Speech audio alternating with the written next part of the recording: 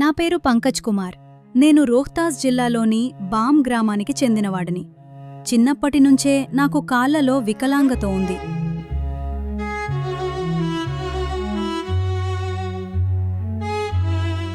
అందుకే నేను సరిగా నడవలేకపోయేవాడిని. కొన్నిసార్లు 4 కాళ్లపై నడిచేవాడిని. మరికొన్నిసార్లు నా అమ్మ చేయి పట్టుకుని నడిపించేది. ఇతర పిల్లలలా నేను కూడా స్వయంగా నడవాలని ఎంతో కోరుకునేవాడిని. నా కోసం నా తల్లి ఎంతో ప్రయత్నించింది. చాలామంది వైద్యులను చూపించింది. చాలా చోట్ల చికిత్స చేయించింది. దాదాపు 12 నుండి 13 లక్షల రూపాయలు ఖర్చు చేసినా ఎటువంటి ప్రయోజనం కలగలేదు. అలాంటి సమయంలో మాకు నారాయణ సేవా సంస్థాన్ గురించి తెలిసింది.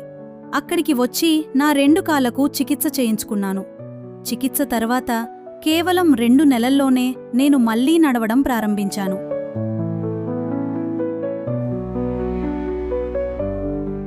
ఇప్పుడు నేను నా సొంత కాళ్లపై నడవగలుగుతున్నాను. అది నాకు అపారమైన ఆనందాన్నిస్తోంది. నాలాంటి పిల్లలు ఇంకా చాలామంది ఉన్నారు. వాళ్లకు మీ చిన్న సహాయం కూడా వారి జీవితాల్లో పెద్ద మార్పు తీసుకురాగలదు.